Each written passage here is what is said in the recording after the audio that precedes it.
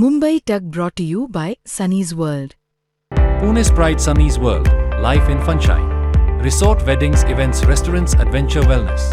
Sunny's World, perfect destination for every occasion. नमस्कार, मी हर्षदा परब आणि तुम्ही पाहताय हे मुंबई तक आहे. दोन्ही शिवसेनेच्या विलिनीकरणाची चर्चा सुरू झाली आहे का? राजकीय वर्तुळात तशा आता हालचाली सुरू झालेल्या आहेत का? दोन्ही शिवसेनेकडनं याच्यासाठीच्या हालचाली सुरू झालेल्या आहेत का? दोन्ही बाजूच्या नेत्यांना आता विलिनीकरण व्हायला हवं असं वाटतंय का? महाराष्ट्राच्या जनतेच्या मनात असे अनेक प्रश्न आहेत आणि त्याचं निमित्त ठरलेलं आहे काही झालेली वक्तव्य. काल अब्दुल सत्तार यांनी भाजप विरोधातली आपली मतं बोलून दाखवली, नाराजी व्यक्त केली, खंत व्यक्त केली. कशा पद्धतीनं भाजपनं मित्रपक्षाचे हातपाय तोडले आणि आता मुंडकं सुद्धा छाटलेलं आहे असं म्हटलंय. त्याचं कारण आहे ते म्हणजे छत्रपती संभाजीनगरची जी जागा शिवसेनेला हवी होती ती शिवसेनेची जागा भाजपनं स्वतःकडे मिळवलेली आहे विधान परिषद निवडणुकीसाठी.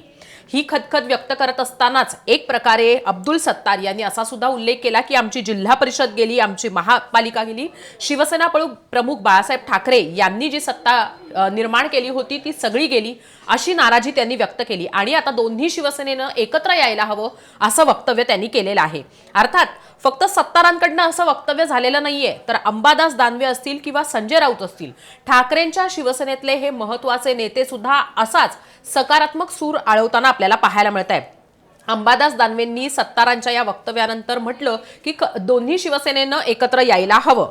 पण संजय राऊतांचं म्हणणं थोडंसं वेगळं आहे. ते असं म्हणतायत ते म्हणजे की आता जर त्यांना पछतावा होत असेल, आता जर त्यांना लक्षात आलं असेल की आपल्यावर अन्याय होतो आहे, आता जर त्यांना वाटत असेल की भाजप हा शेटजी आणि व्यापाऱ्यांचा पक्ष आहे असं असेल, तर मग त्यांनी मातोश्रीवर यावं, कारण शिवसेना एकच आहे आणि जिचं नेतृत्व ठाकरे करतात, अशी प्रतिक्रिया संजय राऊतांनी दिलेली आहे. याच सगळ्याच्या अनुषंगानं महाराष्ट्राच्या जनतेच्या मनात प्रश्न आहेत की आता दोन्ही शिवसेना एकत्र येणार का? कारण हाच प्रश्न, हीच इच्छा अनेक वर्षांपासून, जेव्हा शिवसेना वेगळी झाली अगदी तेव्हापासून शिवसैनिकांच्या मनात आहे, महाराष्ट्रातल्या जनतेच्या मनात आहे. आणि जेव्हा अशा पद्धतीनं दोन्हीकडनं सकारात्मक वक्तव्य यायला लागलेली आहेत, तर खरोखर शिवसेनेच्या अशा हालचाली सुरू आहेत का हे आपण जाणून घ्यायचे. आणि आपल्यासोबत जोडले गेलेले आहेत अंबादास दानवे. खरं तर ते प्रवासात आहेत, ठाकरेंच्या शिवसेनेचे विधान परिषदेचे आमदार, पण त्यांच्याकडनं ही गोष्ट समजून घेतली पाहिजे की खरोखर सकारात्मकता आहे का आणि दोन्ही शिवसेनेत या हालचाली सुरू झाल्यात का. खरं तर अंबादास दानवे, पहिला प्रश्न असा आहे तो तुम्हाला म्हणजे की ठाकरेंच्या शिवसेनेत बद्दल प्रेम आता एकनाथ शिंदेच्या शिवसेनेतल्या काही नेत्यांचं वाढतंय का? आणि त्यामुळेच अब्दुल सत्तारांकडनं हे वक्तव्य झालेलं आहे का की भाजपकडनं होणारी गळचिपी अधिक आहे आणि त्यामुळे कुठेतरी तिला वाट अब्दुल सत्तारांनी फोडून दिलेली आहे? खरं तर भारतीय जनता पार्टी ज्या पद्धतीनं शिंदे गटाशी वागते त्याच्यामुळेच मला असं वाटतं या प्रतिक्रिया येत असाव्या. कारण मुळात यांनी गद्दारी केली कशासाठी होती? ज्या वेळेस महाविकास आघाडीचं सरकार होतं, भारतीय जनता पार्टी बरोबर जावं असं यांचं म्हणणं होतं, या लोकांचं सगळ्यांचं, आणि ते काही होत नव्हतं. म्हणून यांनी शिवसेनेतून गद्दारी केली आणि भारतीय जनता पार्टी बरोबर जाऊन यांनी सरकार स्थापन केलं. पण आता हेच लोक याच भारतीय जनता पार्टीसाठी यांनी गद्दारी केली होती, भारतीय जनता पार्टीवर गेलं पाहिजे असं म्हणत होते, आणि हेच लोक या भारतीय जनता पार्टी विषयी आता बोलत आहेत. आता अब्दुल सत्तार काल बोलले गोवा ती काय, गोवा हो, कामाख्या देवीलाच आमचा त्याग काय आहे तो माहिती. हा, तर मला असं वाटतं आम्ही त्यावेळेस टीका टिप्पणी बऱ्याच जणांना राग येतोय, परंतु आता सत्यता शिंदे गटाचे लोक बोलणार, चला ठीक आहे अब्दुल सत्तार जाहीर बोलले असतील, परंतु जाहीर भरपूर लोक आहेत. आणि म्हणून आता तुम्ही केलं कशासाठी होतं हेच तर गोष्ट सांगत होते की भारतीय जनता पार्टी अशा पद्धतीने केसांनी गळा कापते. आणि पूर्ण हिंदुस्थानामध्ये उदाहरण आहे की तुम्ही नितीश कुमारचं बघा, आता ममता बॅनर्जी आणि भारतीय जनता पार्टी बऱ्याच दिवस सोबत होते, नंतर भारतीय जनता पार्टी तिथं स्वतंत्र केलं. असं अनेक राज्यामध्ये भारतीय जनता पार्टीची हीच नीती आहे. अकाली दलाबरोबर पंजाबमध्ये असंच केलं, पुन्हा त्या हरियाणामध्ये सुद्धा कोणत्या चौटालाच्या पक्षाबरोबर ते होते. आणि म्हणून अशा पद्धतीनं भारतीय जनता पार्टी ही नीती आहे. आता शिंदे गटाचा वापर त्यांच्या दृष्टीनं संपलेला आहे, कारण ऑलरेडी त्यांच्याकडे 135 एक आमदार आहेत, 10-15 आमदार तर कसे बाकी जमा करू शकतात ते. अजितदादा गटाचे पण आमदार त्यांच्या सोबत आहे, तेव्हा त्यांना शिंदे या विषयाची काही गरजच उरलेली नाही. आणि मला वाटतं भारतीय जनता पार्टीची यूज अँड थ्रो ही पद्धती आता शिंदेसाठी सुरू झालेली आहे. कारण अनेक मंत्र्यांचे सुद्धा अनेक कामं थांबवले जातात, मंत्र्यांचे कामं होत नाही, मंत्र्यांचे सेक्रेटरी मंत्र्यांचं ऐकत नाही, अशा प्रकारची स्थिती या राज्यामध्ये निर्माण झालेली आहे. ही का निर्माण झाली? कोणाच्या तरी सूचनेशिवाय थोडी निर्माण झालेली आहे. आणि म्हणून आता मला असं वाटतं याच्यातल्या बऱ्याच लोकांना या सगळ्या गोष्टीचं पश्चाताप आता होत असावा.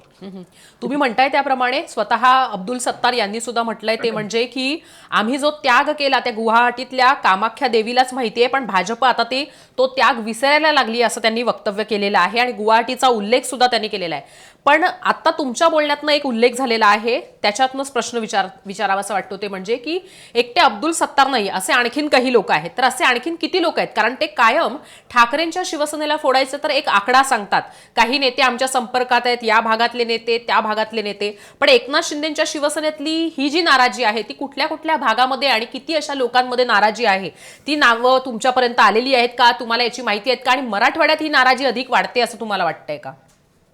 नाही, मी एकनाथ शिंदेच्या पक्षातली नाराजी वगैरे याविषयी हा स्वतंत्र विषय आहे आणि शिवसेनेची विचारसरणी हा स्वतंत्र विषय आहे. कारण शिवसेनेची विचारसरणी ज्या शिवसैनिकाच्या अंगात भिनलेली आहे त्यांना ही संघटना एकत्र वाटते. आता मी तुम्हाला एक साधं संभाजीनगरचं उदाहरण देतो. जसं अब्दुल सत्तार बोलले आमची महापालिका गेली, आमची जिल्हा परिषद गेली, मी संभाजीनगरचं उदाहरण देतो. संभाजीनगरात आत्ताच महापालिका निवडणुका झाल्या, भारतीय जनता पार्टीच्या 57 जागा निवडून आल्या, आमच्या 6 आल्या आणि शिंदे गटाच्या 13 आल्या. तुम्हाला आश्चर्य वाटेल, भारतीय जनता पार्टीला 6,02,000 मतं पडलेली, आमच्या शिवसेनेला भले 6 जागा आल्या पण 5.5 लाख मतं पडली आणि शिंदेच्या जो गट आहे त्याला 4,10,12,000 मतं पडली. म्हणजे लोक शिवसेनेच्या सोबत आहे, भारतीय जनता पार्टीच्या सोबत नाहीये. हा एक महत्वाचा मुद्दा आहे. म्हणून मताच्या विभाजनातून भारतीय जनता पार्टी निवडून येते, ही क्लिअर भूमिका आहे. आणि म्हणून एक विचार म्हणून शिवसेनेची ताकद एकत्रित झाली पाहिजे असं सामान्य शिवसैनिकाला आणि सामान्य शिवसेनेच्या पाठीराख्या माणसाला वाटतं. म्हणजे शिवसैनिकाची आतून आलेली ही हाक आहे की आता दोन्ही शिवसेनेनी एकत्र यायला हवं. अनेक शिवसैनिक कार्यकर्त्यांना हे वाटत होतं, पण नेत्यांना आता दोन्ही बाजूच्या नेत्यांना आता वाटायला लागलेलं आहे असं आपण म्हणू शकतो का? आणि मराठवाड्यातल्या नेत्यांना आता ते अधिक वाटायला लागले असं म्हणता येईल का?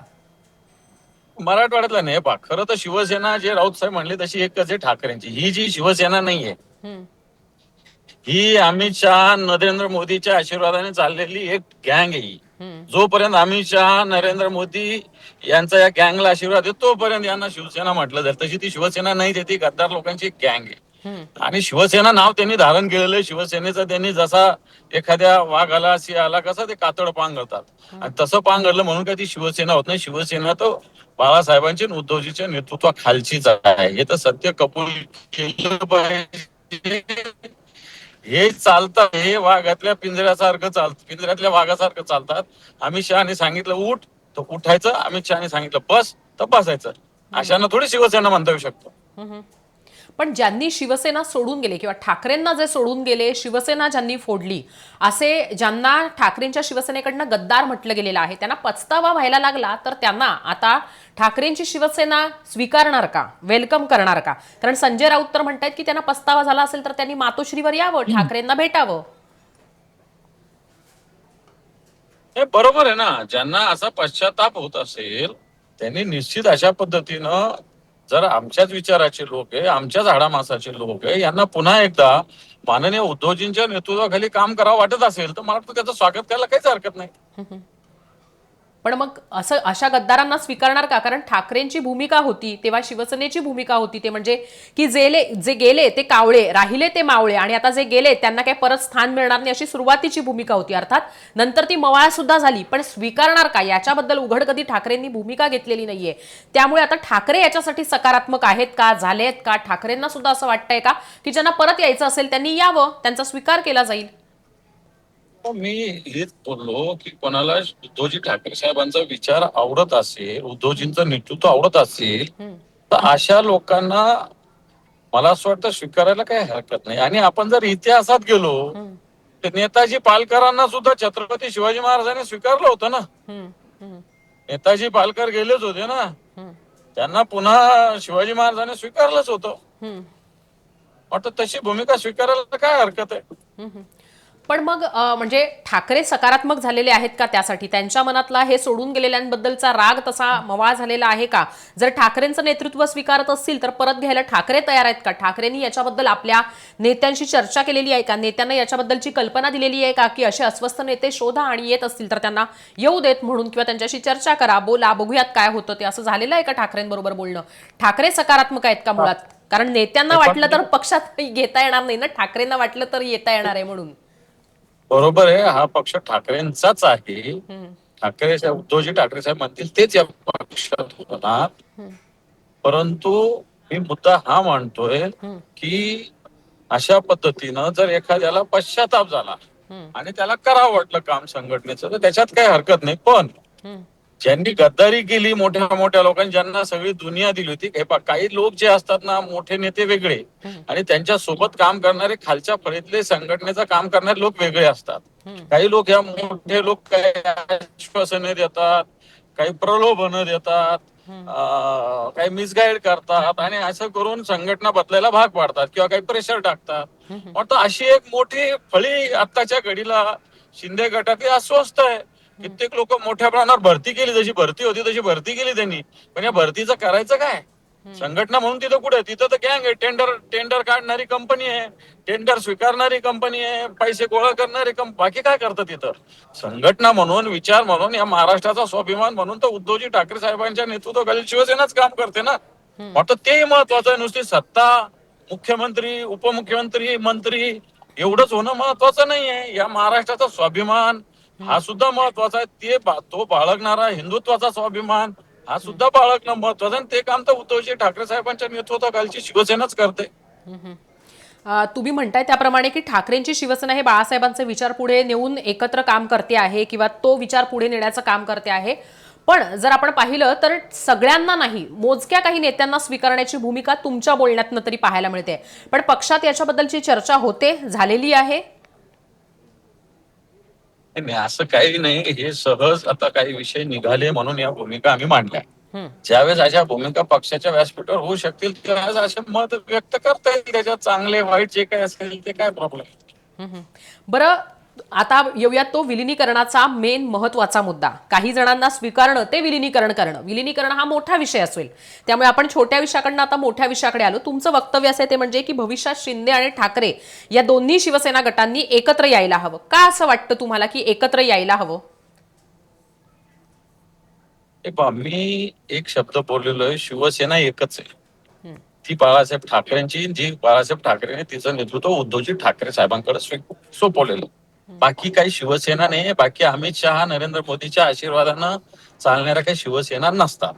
ती एक गँग आहे. त्याच्यामुळं तो एक विषय क्लिअर होतो. पण आता समजा ह्या काही मोठ्या लोकांनी गद्दारी केली, चला करू द्या, केली, झालं, जे काही झालं ते झालं. पण त्याच्या खाली संघटनेत काही तालुका प्रमुख होते, काही जिल्हा प्रमुख होते, काही नगरसेवक होते, काही जिल्हा परिषद सदस्य होते. ही सगळी मंडळी मोठ्या आशेनं किंवा प्रलोभनाने सत्तेच्या लोकांपायी काही जण हे त्यांच्याबरोबर जॉईन झाले होते. परंतु आता या सगळ्यांचं लोकांना असं वाटतं की आम्ही जे काही विचार म्हणून काम करतो ते उद्धवजी बरोबर करावं. तर अशा ज्या खालच्या फळीतल्या लोकांना स्वीकारायला काही हरकत नाही. तसं काम आम्ही हळूहळू करत असतो. मग खालच्या फळीतल्या नेत्यांमध्ये आपण कोणाचा विचार करायचा? म्हणजे फक्त जे सदस्य आहेत, पदाधिकारी आहेत त्यांचा विचार करायचा, आमदारांचा विचार करायचा, की काही खासदारांचाही विचार केला तरी चालेल? काय म्हणजे कोण अशी कुठली लोक आहेत की ज्यांचा स्वीकार केला गेला पाहिजे? विलिनीकरणाच्या ऐवजी आता तुम्ही म्हणताय ते म्हणजे की काही नेत्यांचा स्वीकार केला पाहिजे, म्हणून मी विचारते. मी खासदार, पदाधिकारी हा महत्वाचा. मी पुन्हा एकदा सांगतो की शिवसेनेचा जो महाराष्ट्राच्या अभिमानाचा, स्वाभिमानाचा विचार आहे तो महत्वाचा आहे. 80% समाजकारणाचा विचार आहे. मला असं वाटतं हे जे लोक काही तिकडे सहभागी झाले होते स्वार्थापोटी सहभागी झाले. मला 10 कोटीचं टेंडर मिळेल, मला 5 कोटीचं टेंडर मिळेल, मला 2 कोटीचं टेंडर, पण याच्यापेक्षाही जाणारे शिवसैनिक नसतात. विचार म्हणून, हिंदुत्वाचा स्वाभिमान म्हणून काम करणारी एक मोठी फळी आहे.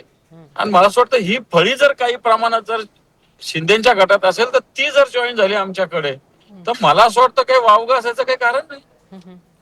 बरं, दोन्ही शिवसेना म्हणजे तुम्ही म्हणताय त्याप्रमाणे एकच शिवसेना आहे जी ठाकरेंच्या नेतृत्वाखाली सध्या आहे आणि दुसरी आहे ती अमित शहाची गँग आहे किंवा ती कुठली कोणाची गँग आहे.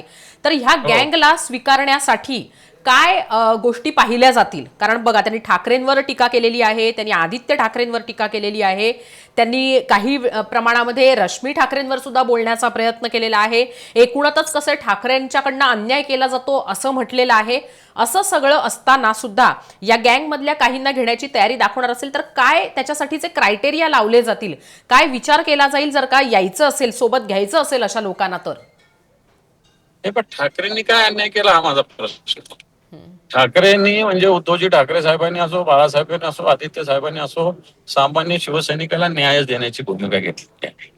आज खऱ्या अर्थानं यांनी एकेकाला कोणाला कॅबिनेट मंत्री केलं, कोणाला राज्यमंत्री केलं, कोणाला जिल्हा परिषद अध्यक्ष केलं, कोणाला महापौर केलं.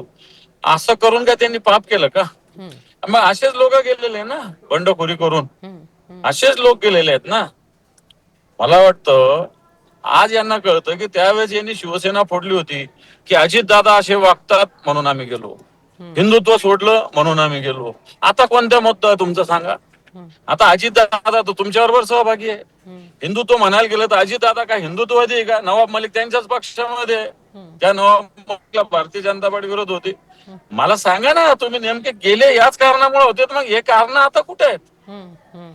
हे कारणच नाही ना. सांगत होते की अजितदादा निधी देत नाही. आता तेच अजितदादा तुमच्या मांडीला मांडी लावून होते. दुर्दैवाने त्यांचं निधन झालं, पण त्यांचा पक्ष तर आहेच ना. हिंदुत्वाच्या विषयी बोलत आहे. अजितदादा हिंदुत्ववादी, नवाब मलिक कोणाच्या पक्षात आहे? अजितदादाच्याच पक्षात आहे. तेच तुमच्या बरोबर आहे ना. आणि म्हणून तुमच्या ज्या भूमिका होत्या त्याच आता राहिलेल्या नाही ना. भूमिका राहिलेल्या नाहीयेत, त्यामुळे मग काही नेत्यांना स्वीकारता येईल अशी परिस्थिती आहे का? मला अंबादास दानवे, मी पुन्हा पुन्हा फिरवून फिरवून हा प्रश्न विचारते आणि जो अत्यंत महत्वाचा आहे.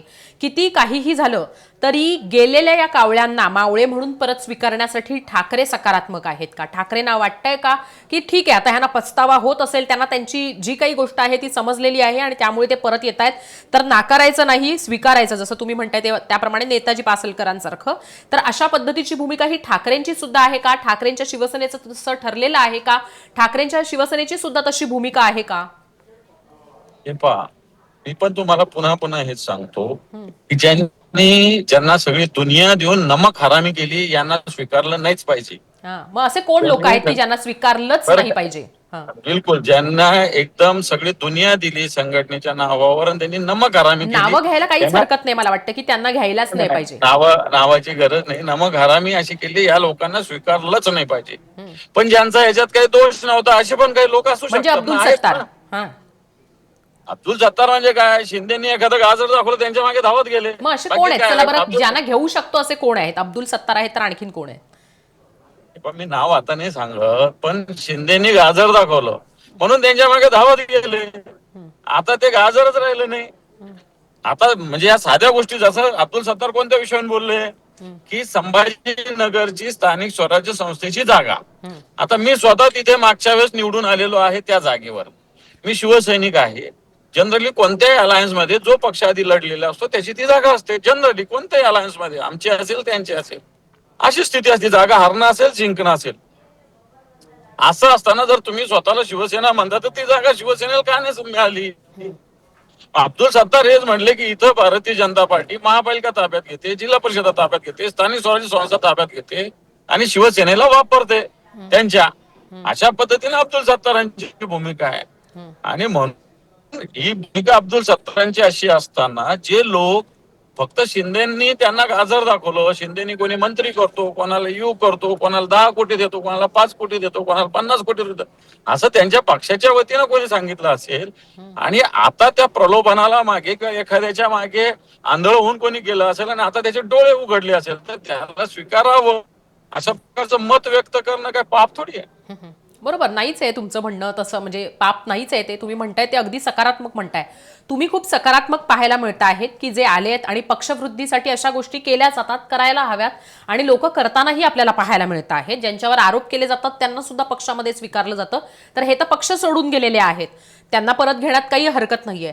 पण मग संजय राऊतांची आणि तुमची भूमिका अशी वेगवेगळी आहे असं तुम्हाला म्हणायचंय का? संजय राऊत म्हणतात की त्यांनी नाही, मातोश्रीवर एकच भूमिका आहे. यावं. संजय राऊत बरोबर आहे. नाही उद्धव साहेबांचा विचार आणि नेतृत्व स्वीकारावं म्हणणं आणि मातोश्रीवर यावं म्हणणं हे काय वेगळं? एकच आहे ते. हम्म, हम्म. वेगळं काय असायचं कारण? पण तुम्ही एकच भूमिका म्हणताय आहे की ती. ज्यांनी जास्त नमक-हरामी केलेली आहे त्यांना नाही घेतलं पाहिजे, पण ज्यांना आता पछतावा होतोय त्यांना घेतलं पाहिजे. मग हे कसं काय? आता हो. ज्यांनी बरोबर जास्त आहे ना, असंच आहे नमक-हरामी ना. केली त्यांना जर का ठाकरेंचं नेतृत्व मान्य असेल तर त्यांना नाही स्वीकारणार का? नाही नाही, अशा लोकांना आहे ना जनताच धडा शिकवेल. वेळ येईल त्याची. मला वाटतं वेळ येत असते प्रत्येकाची. जनता त्यांना बरोबर धडा शिकवेल. शेवटी जनता फार महत्वाची असते. ठीक आहे, थोडा वेळ लागत असतो, पण ह्या गोष्टी होतच असतात. शिवसेनेच्या विलिनीकरणाच्या बद्दलच्या चर्चा सुरू झालेल्या आहेत. त्यामुळे म्हणजे जरी ती गद्दारांची गँग असेल, जरी ती अमित शहांची गँग असेल, तरी सुद्धा जर त्यांना वाटलं तर ही ठाकरेंच्या नेतृत्वाखाली संपूर्ण शिवसेनेचं विलीकरण आजच्या घडीला होऊ शकतं का, व्हायला हवं का, आणि ते का व्हायला हवं? भविष्यातल्या महाराष्ट्राच्या राजकारणासाठी व्हायला हवं की भविष्यातल्या एकूणच शिवसेनेच्या राजकारणासाठी व्हायला हवं? तुम्हाला काय वाटतं? नाही, हे पहा, आज सुप्रीम कोर्टामध्ये शिवसेनेच्या विषयी अजूनही चर्चा चालू आहे. हो, केस बरोबर आहे. पेंडिंग आहे. हो. उद्या यांचं काय होईल, यांना गुंडवून टाकेल कोर्ट, सांगता येत नाही, भरोसाच नाही. यांना कधी गुंडवून टाकतील, यांचं नाव काढून घेईल, यांची निशाणी काढून घेईल, या सगळ्या गोष्टी कधी होईल यांना कळणार पण नाही. त्याच्यामुळे ह्या गोष्टी, ही शिवसेना राहीलच का नाही राहील अशा प्रकारचा प्रश्न आहे. आता बघा, अजितदादांचा पक्ष गटांगळा खाऊच लागला ना. कोण काय करतंय काय कोणाला आता राहिलंच नाही, मागसुंबत राहिलं नाही.